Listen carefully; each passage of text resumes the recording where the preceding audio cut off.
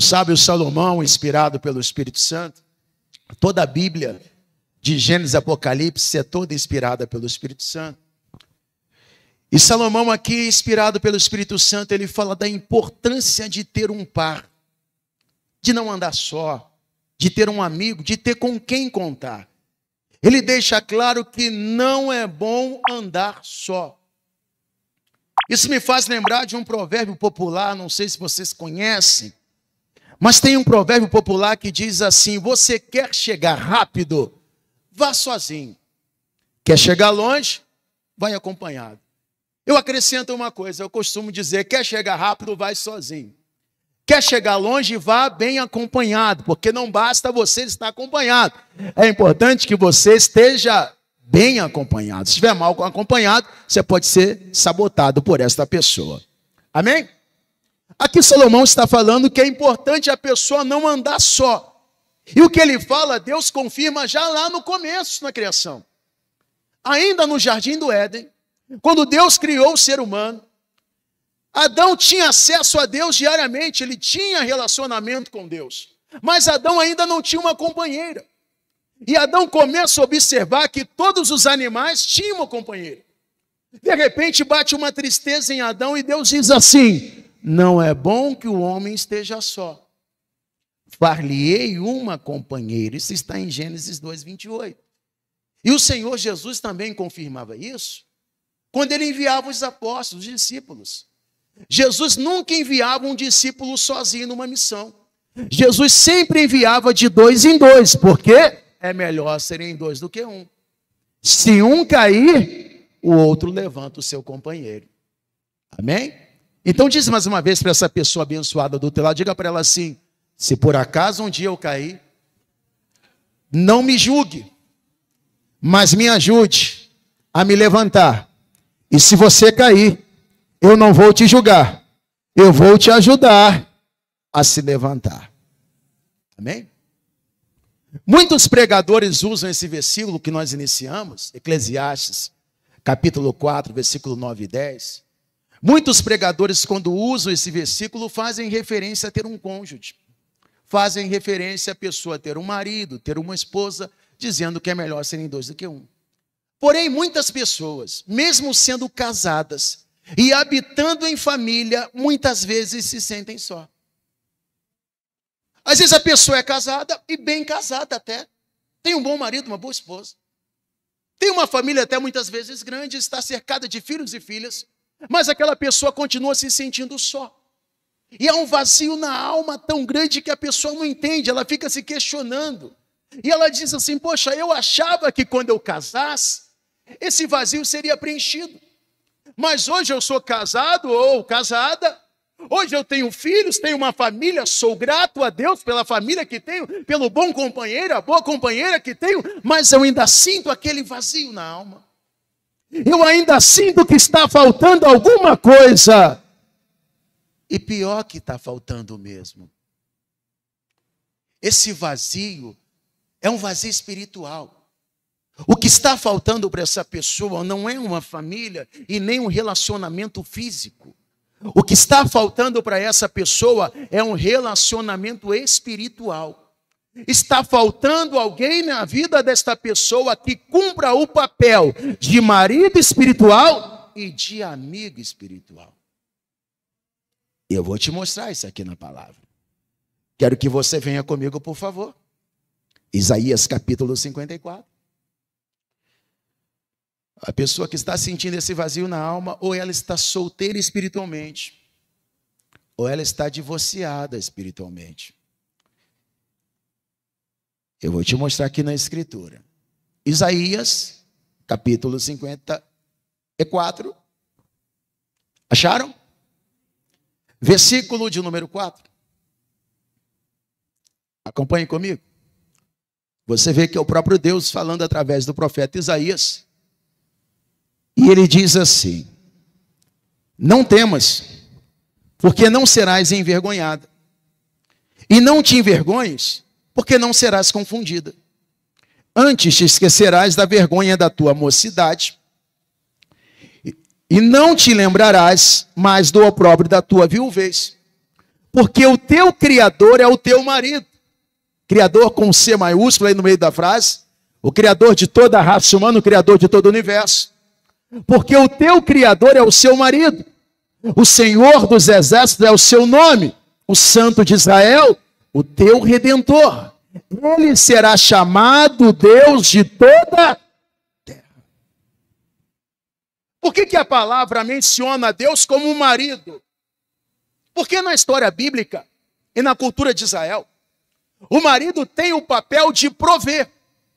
O marido tem o papel de cuidar.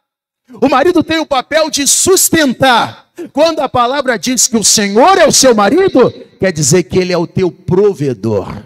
Quer dizer que ele é aquele que vai cuidar de você. Quer dizer que ele é aquele que vai te sustentar. Como marido espiritual, ele tem compromisso contigo. Ele não te deixa faltar nada. Como está escrito no Salmo 23. O Senhor é meu pastor, nada me faltará. Se o Senhor é o teu marido espiritual, ele cuida de você. Ele é teu pastor, ele é teu provedor. E ele não deixa faltar nada.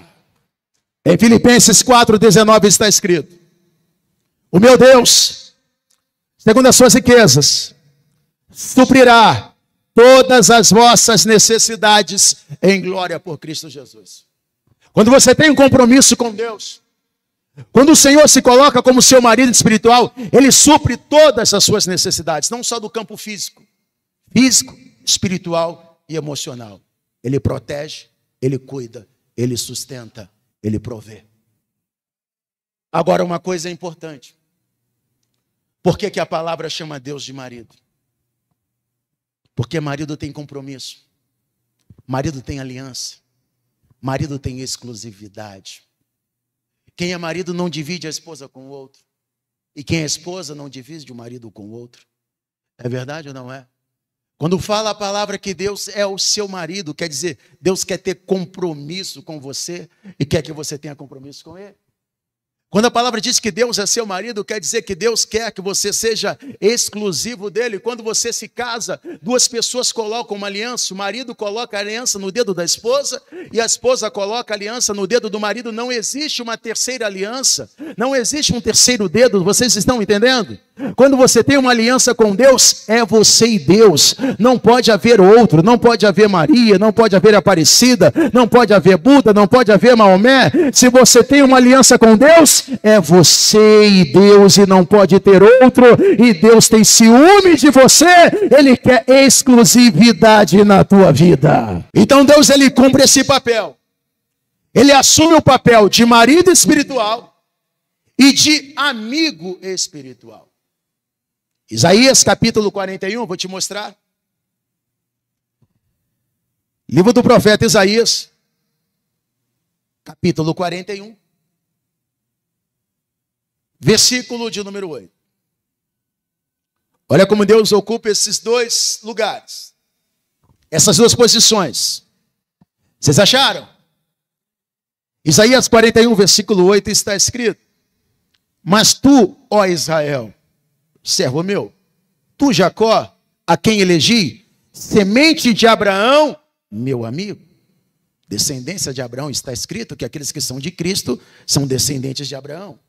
Sementes, descendentes de Abraão, meu amigo. Tu, a quem tomei desde os confins da terra, e te chamei dentre os seus mais excelentes, e te disse: tu és meu, o meu servo. A ti te escolhi e não te rejeitarei. Não temas, porque eu sou contigo. Não te assombres, porque eu sou o teu Deus. Eu te esforço e te ajudo e te sustento com a destra da minha justiça. Eis que envergonhados e confundidos serão todos os que se irritaram contra ti. Tornar-se-ão nada, e os que contenderem contigo perecerão.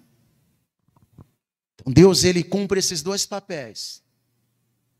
Como foi amigo de Abraão, ele também quer ser seu amigo. Marido espiritual e amigo espiritual. Vocês entendem a diferença desses dois papéis? Porque nem todo marido é amigo. Infelizmente, deveria ser. Mas nem todo marido é amigo. Tem marido que é muito bom como provedor, não deixa faltar nada. Ele sustenta, ele não deixa faltar a água, não deixa faltar a luz, não deixa faltar o teto sobre a cabeça. Ele paga o aluguel, ele paga a prestação da casa. Ele não deixa faltar o alimento na geladeira. Ele é um bom provedor, mas ele não é um bom amigo porque ele não sabe ouvir. Ele não tem paciência para ouvir. Todos os seus verdadeiros amigos, eles têm paciência para te ouvir. É verdade ou não é? Por isso são seus amigos. Por isso você gosta tanto de conversar com aquele amigo, com aquela amiga. Porque o amigo, muitas vezes, tem mais paciência do que o marido. Às vezes o marido provê, mas não dá a presença dele, não está presente. Ou quando está presente, está sem atenção. Não tem paciência para ouvir a pessoa, não entende o lado da pessoa, só entende o lado dele mesmo, né? O marido às vezes falha nisso. Mas o marido espiritual, esse aqui é perfeito. Ele não falha em nada.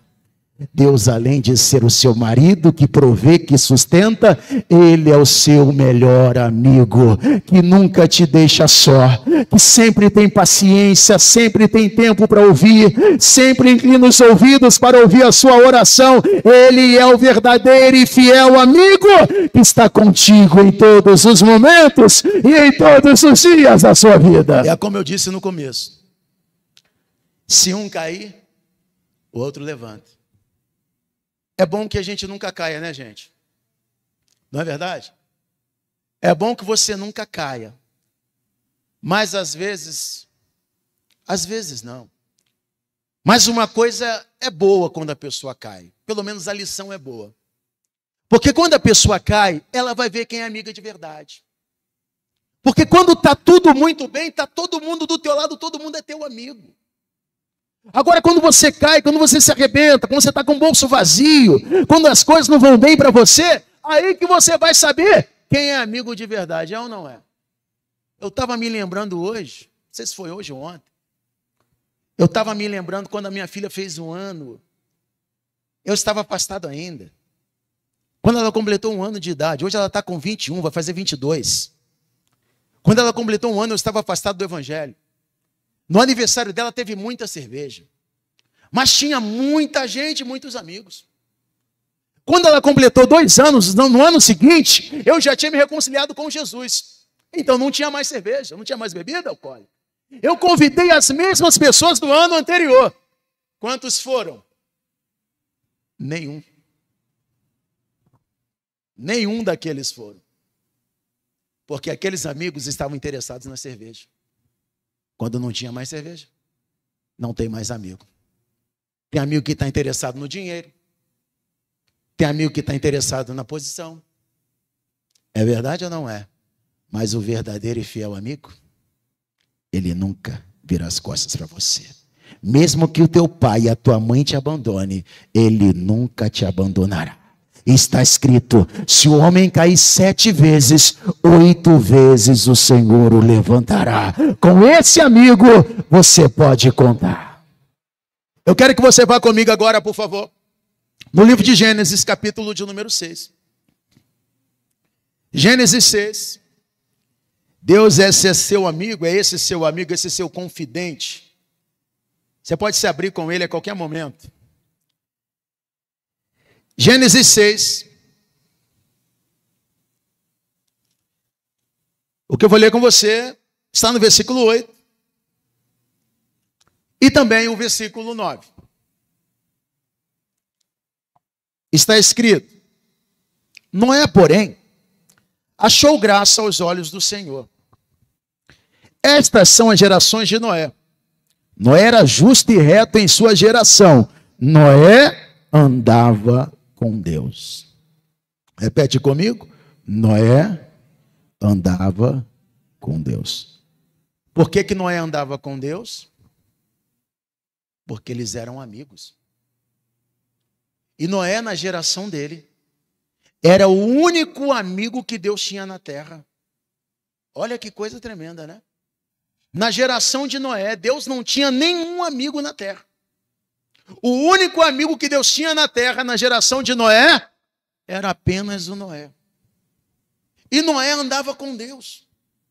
E da mesma forma que Noé andava com Deus, Deus quer que você ande com Ele. Deus quer que você seja amigo dEle. Mas existe uma característica, uma qualidade que Deus busca nas pessoas para que essas pessoas andem com Ele. Tem uma coisa que Deus observa bem. E Deus olha bem no coração da pessoa. Porque Deus não vê a aparência externa, Deus olha para o coração. E para andar com Ele, para ser amigo dEle, Ele olha bem no fundo do coração e Ele procura essa característica. Se a pessoa não tiver essa qualidade, Ele vai dizer, ainda não está preparado para andar comigo. Sabe que qualidade é essa? Que Deus viu em Noé, que Deus viu em Abraão, e que Deus procura em mim e em você, para que possamos ser amigos dEle e andar com Ele. Sabe que qualidade é essa? Fidelidade. Deus procura, está escrito, Salmo 101, versículo de número 6. Os meus olhos procuram os fiéis da terra para que estejam comigo. O que anda no caminho reto, esse me servirá. Deus não quer saber se você é rico, se você é pobre, se você mora numa mansão, se você mora numa casa simples, se você ganha muito, se você ganha pouco. Ele quer saber se você é fiel. Se você é fiel, Ele vai dizer, esse eu quero comigo. Essa eu quero comigo, esse vai ser meu amigo, essa vai ser minha amiga, esse vai estar ao meu lado, porque os meus olhos procuram os fiéis da terra. Por que Deus quer os fiéis? Porque uma pessoa fiel não tem preço. Se você tem um amigo fiel, valoriza. Porque é raridade. Tem uma esposa fiel? Ah, meu amigo, valoriza essa mulher, hein? Porque é raridade. Tem um marido fiel? Segura esse cara. Porque é uma qualidade. Tem um sócio fiel? Valoriza ele. Uma pessoa fiel não tem preço. Quem está entendendo até aqui, diga amém. Se você não fosse casado, mas quisesse construir uma família, você casaria com uma noiva infiel? Sim ou não? Você descobriu que essa noiva te traiu, você casaria com ela? Você diria, não, no noivado já me traiu, é um sinal para eu não casar com ela. No noivado esse homem já me traiu, é um sinal para eu não casar com ele. Você pode até amar a pessoa e sofrer, mas você não vai querer estar com ela, porque você quer uma pessoa que seja fiel. Talvez não precisa nem ser tão bonito, mas tem que ser fiel. É verdade ou não é? Sim ou não? Você faria uma aliança com um sócio infiel? De jeito nenhum. Você honraria um filho infiel? E filho é que é o problema, né? Porque filho não tem como deixar de ser filho, você não pode deixar de ser pai, nem deixar de ser mãe. Se um filho se comporta como uma pessoa infiel, você continua amando esse filho, mas se entristece demais com ele. Mas você não vai honrar o seu filho por causa da infidelidade dele. É verdade ou não é?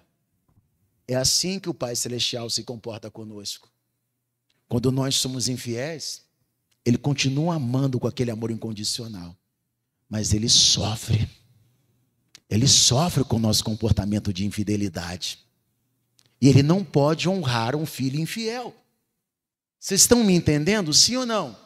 Deus está procurando filhos fiéis. Se você for fiel, aquele que é fiel, Ele vai cumprir as promessas que Ele fez para a tua vida e Ele vai te honrar. Você vai ver a diferença entre o fiel e entre o infiel, entre aquele que serve e aquele que não serve ao Senhor. Provérbios 28. Por favor, vai comigo no versículo 20. Quem é fiel cumpre princípios. Provérbios 28, versículo de número 20. Olha que tremendo que a palavra de Deus nos fala sobre a pessoa fiel. Como vale a pena, né? Ser fiel não é fácil não, mas a recompensa é muito grande. Versículo 28 está escrito: o homem fiel abundará em bênçãos, tanto o homem quanto a mulher, a pessoa fiel. Abundará em bênçãos, vai transbordar de bênçãos, vai atrair bênçãos por conta da sua fidelidade que Deus valoriza. Mas o que se apressa em enriquecer não ficará sem castigo. Quer dizer que aquele que é infiel vai atrair maldições, vai ser castigado pela vida. Mas quem é fiel vai atrair bênçãos e vai transbordar de bênçãos. Quem está entendendo aqui, diga amém. Quem é fiel, meu amigo? Quem é fiel, minha amiga? Cumpre princípios. Quem é fiel não se vende. Quem é fiel não se corrompe. Quem é fiel não trai. Quem é fiel não mente. Quem é fiel não oculta. Quem é fiel não se aposta dos dízimos. Quem é fiel não se aposta das ofertas alçadas. Quem é fiel serve a Deus com fidelidade, mas é tremendamente recompensado. E digo mais, hein? Quando você é fiel, além de Deus, como marido espiritual, cuidar de você, prover, proteger e sustentar, além dele ser seu amigo e te ouvir e te entender, ser seu companheiro, ele também se posiciona como um advogado fiel. E ele luta por você, e ele pleiteia a sua causa. Como está escrito, filhinhos, não pequeis, mas se pecardes, tendes um advogado no céu. Deus, ele vai pleitear a tua causa. Se você for fiel, ele vai lutar por você. Ele vai assumir as suas dores. O que eu estou falando aconteceu com Moisés. Moisés era fiel. Arão e Miriam, irmãos de Moisés, se juntaram para falar mal de Moisés pelas costas. Foram para a tenda e começaram a descer a língua em Moisés. Não tiveram dó de Moisés. E diziam, Moisés está pensando que ele é o quê? Porventura Moisés está achando que só ele é profeta, é? Assim como Deus fala com ele, fala com a gente também. O que Moisés está pensando da vida? Não, ele não é só ele profeta, não. Deus fala comigo, e Miriam fala. E o Arão diz, e Deus fala comigo também. Moisés, coitado, não sabia de nada. Só que Deus estava ouvindo tudo e não gostou. Quando alguém mexe com o fiel, mexendo com Deus. Deus desceu na tenda da congregação, mandou chamar os três, Moisés, Arão e Miriam, vem os três aqui para fora. Fica os três aqui de frente, que eu quero falar com vocês três agora. Moisés não vai abrir a boca para falar nada.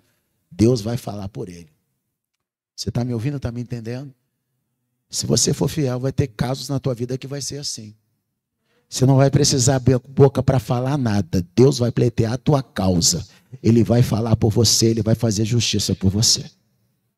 E disse, ouvi agora as minhas palavras.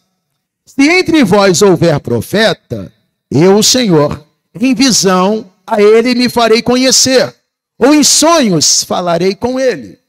Não é assim com meu servo Moisés, que é fiel em toda a minha casa. Veja bem, uma coisa é eu falar que sou fiel, outra coisa é Deus falar que eu sou fiel. É ou não é? Moisés não está batendo no peito e dizendo, não mexe comigo não que eu sou fiel. Moisés está fazendo nada. Deus é que está pleiteando a causa dizendo, vocês estão mexendo com a pessoa errada. Só porque ele é manso, vocês pensam que pode fazer o que quiserem. Só porque ele é o homem mais manso da terra, vocês acham que pode ficar falando mal dele? Só porque vocês são irmãos mais velhos, vocês acham que pode falar qualquer coisa dele? Não se esqueçam de uma coisa, ele é meu servo e ele é fiel. Falou de Moisés, está falando de mim. Mexeu com Moisés, está mexendo comigo. Quem mexe com aquele que é fiel, está mexendo com a menina dos olhos de Deus. Se você é fiel, não importa que cargo você tenha, ou na igreja ou na sociedade, você é menina dos olhos de Deus. E quem mexer com fiel, está mexendo com Deus. Continua comigo aqui. Parei no versículo de número 7. Estou em Números 12, versículo 7. Não é assim com meu servo Moisés, que é fiel em toda a minha casa. Tudo que Deus mandou Moisés fazer, Moisés foi lá e fez. Ele era fiel. Boca a boca falo com ele, e de vista e não por figuras, pois ele vê a semelhança do Senhor. Por que, pois, não tiveste temor de falar contra o meu servo, contra Moisés? Assim, a ira do Senhor contra ele se acendeu e foi-se. E a nuvem se desviou de sobre a tenda, e eis que Miriam era leprosa, como a neve. A pele ficou branquinha por causa da lepra. E olhou Arão para Miriam, e eis que era leprosa. É forte ou não é? Moisés disse alguma coisa? Moisés pediu para Deus deixar Miriam leprosa? Pelo contrário, Moisés foi pedir a Deus para tirar a lepra. Moisés orou para que ela fosse curada e ela foi. Mas Moisés não precisou dizer uma palavra. Deus agiu por Moisés porque Moisés foi fiel. Meu amado, minha amada, você não precisa ficar se defendendo de tudo. Você não tem que se vingar. Você só tem que ser fiel e entregar nas mãos do Senhor. Porque se você for fiel, Deus vai cuidar até daquilo que você não está vendo. Moisés não estava vendo, mas Deus estava vendo tudo. Se você for fiel, Deus vai lutar por você. Deus vai pleitear a tua causa. Deus vai te mostrar que vale a pena ser fiel ao Senhor. Pergunta a todos agora aqui. Você quer chegar naquele nível que Moisés estava? Deus está falando, boca a boca falo com ele. O que Deus está dizendo? Ele não me conhece só de ouvir falar, não. Ele tem relacionamento comigo. Ele entra na minha presença, nós somos amigos. Eu falo com ele, ele fala comigo. Vocês, Arão e Miriam, vocês não têm esse nível de relacionamento comigo que Moisés tem. Moisés é meu amigo e é fiel. E eu pergunto aqui a todos nesta noite. Vocês querem chegar nesse nível? Porque Deus convida todos. Ele quer ser amigo de todos. Na verdade, ele é amigo de todos. Só que nem todos são amigos dele. Ele propõe a amizade para você. E você precisa aceitar que ele não força, não. A amizade forçada não dá certo, né? Tem que ser voluntário, você tem que querer. Deus quer ser seu amigo. Olha, eu fico assim impactado com isso. O Criador do universo quer ser seu amigo. Quer ser amigo dele? Por favor, fique de pé. Se quiser aplaudir a Jesus, pode aplaudir. Para Jesus. Pastor, eu quero ser amigo. O que eu tenho que fazer para ser amigo de Deus? Está escrito: beije o filho, para que não se ire o pai. Quer ver uma forma muito fácil de você ser meu amigo? Trata bem minha filha. Eu vou ser seu amigo. Quer ser amigo de Deus? Recebe a Jesus. Quem recebe o Filho tem a amizade do Pai. Quem vira as costas para Jesus, que é o Filho, não tem a aprovação do Pai. Está entendendo? Se você ainda não entregou a vida para Jesus e quer fazer isso hoje, então ergue a tua mão direita assim para o céu.